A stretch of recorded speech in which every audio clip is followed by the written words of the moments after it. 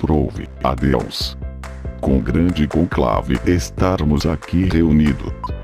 Blá, blá, blá. Olhe para quem está à sua direita. Agora palmas para Jesus. Quem não dá dízimo é comido de bicho. Se você não é da minha igreja, vai pro inferno.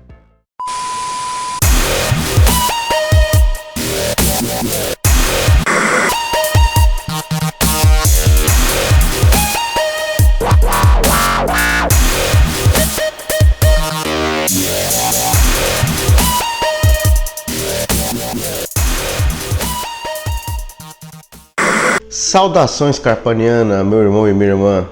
Quem vos fala mais uma vez é o seu irmão André Carpano. Estamos começando com mais um Consertando as Redes. Papagaios de púlpito.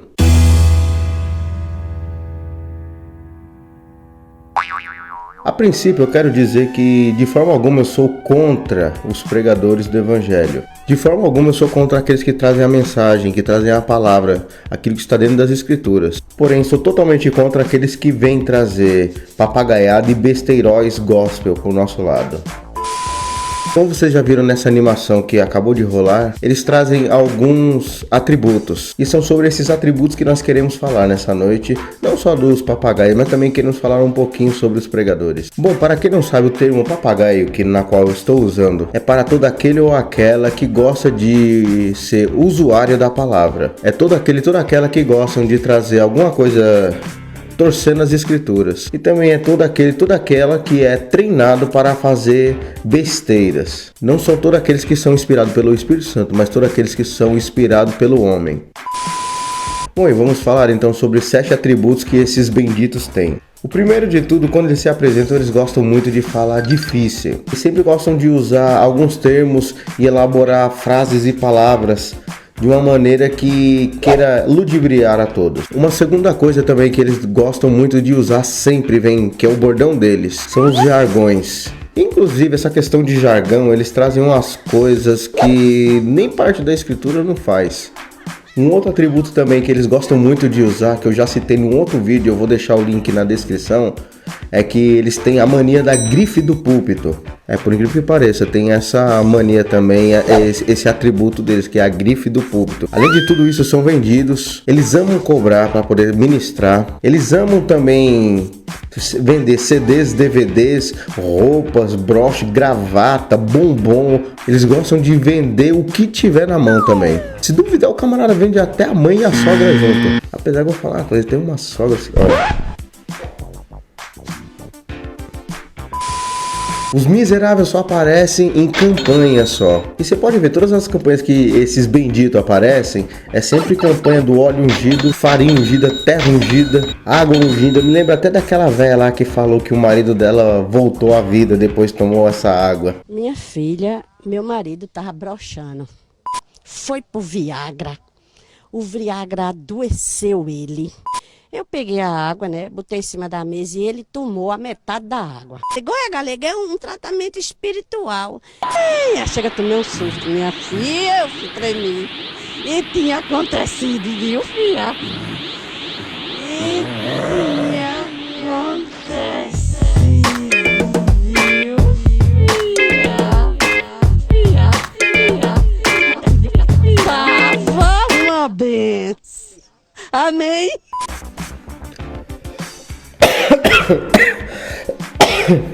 E não podemos esquecer que também eles têm o hábito de fazer aqueles benditos daqueles votos, que eles são pagos para pregar. E sendo pagos para pregar, eles só pregam o que mandam eles pregar. Traduzindo, é semelhante àqueles profetas que tinham na época de Micaías, que era tudo comprado, sabe?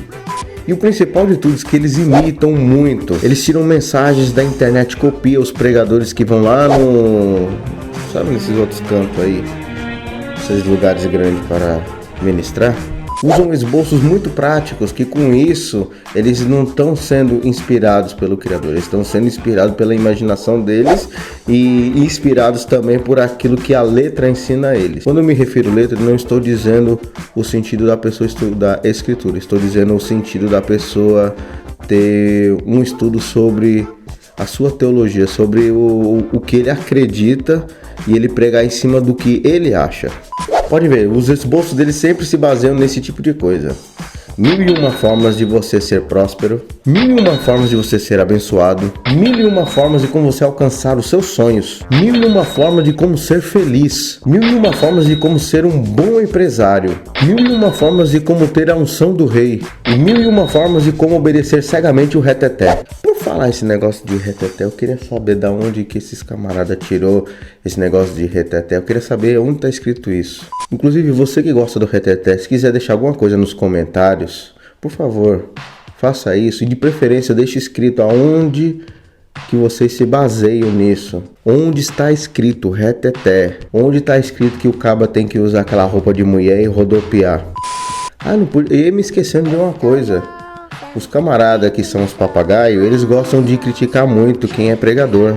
Por falar em pregador, eu quero explicar um pouquinho mais sobre o que é pregador, segundo Escrituras.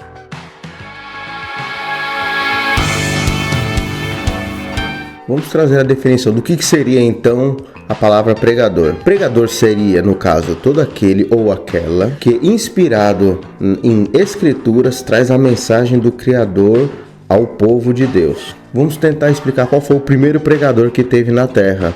Segunda carta de Pedro, capítulo 2, versículo 5, diz que Noé era o pregoeiro da justiça. Aí então você se pergunta, mas Noé não tinha escritura, com que ele se baseava? Ele vinha de uma descendência na qual era passado oralmente o que ele tinha que fazer e como ele tinha que servir ao Criador. Você pode ver que o pai dele profetizou sobre ele, o avô dele foi um homem bem sucedido na presença de Deus. Todos os seus ancestrais vieram da linhagem de quem buscava o Criador. Eclesiastes 1:1 fala que um homem se disse ser pregador. Inclusive, existem alguns papagaios de púlpito que diz que não existe a palavra pregador e gostam de criticar quem é pregador. O rei Salomão, filho de Davi, neto de Jessé, ele mesmo se disse ser um pregador. E caso você duvide, pode ler Eclesiastes 1:1 ou então o título do livro sobre o que é Eclesiastes.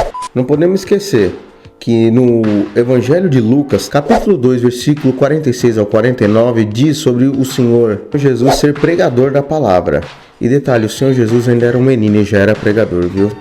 Vemos também no livro de Atos dos Apóstolos, no capítulo de número 2, versículo 14, Pedro fazendo o seu primeiro discurso e ele trazendo ali uma palavra poderosa. Então você se pergunta, ele já tinha uma certa habilidade, já tinha uma certa mobilidade para fazer tudo isso. Vamos tentar entender como começou então o ministério para se pregar a palavra. Em Atos 6:1 ao 4 diz o quê? Pelo fato de as viúvas que haviam ali na primeira congregação, que era chamada também como o caminho, elas serem desprezadas aos seus olhos, elas começaram a murmurar.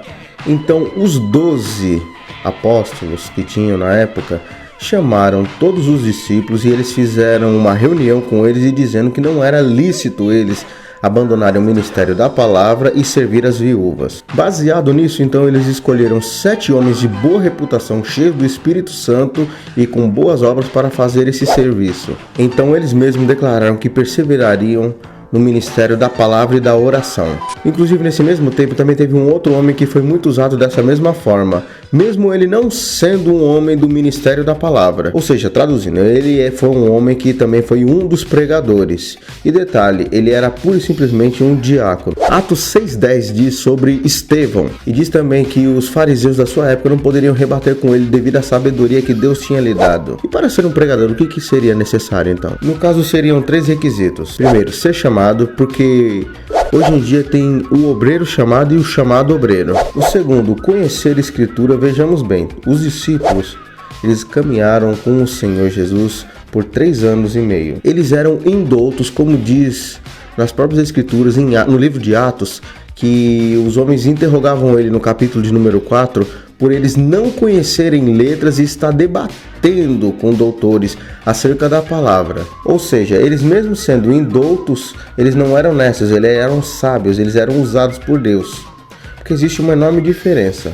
Existem pessoas que são indoutas e são sábias. E existem pessoas que são muito conhecedoras de letras e são loucas, nécias. Não tem proveito nenhum naquilo. E o terceiro, requisito que é o mais importante, não temer ao homem e somente obedecer ao Criador. Em Atos 5:29, os próprios discípulos foram questionados por obedecerem às ordens do Criador. Ou seja, você, meu irmão e minha irmã, que tem um chamado e conhece Escrituras, e ninguém dá ouvidos, e que muitos questionam e dizem que você não nasceu para isso, que você não é pregador e não presta para nada, que questionam aquilo que o Criador, que o nosso Deus te deu, e o entendimento que ele tem abrido na sua mente, e vem com papagaiadas gospel, como muitos camaradas têm vindo hoje em dia, falando somente besteiras e jargões e usando psicologia barata, não dê ouvidos. Bom, e é isso, meu irmão e minha irmã. Se vocês gostaram desse vídeo, contribua com esta obra. Não deixe de se inscrever no nosso canal. Dê também aquele like, que isso dá uma força tremenda. E compartilhe também esse vídeo. Que o nosso Senhor venha abençoar todos nós. Amém.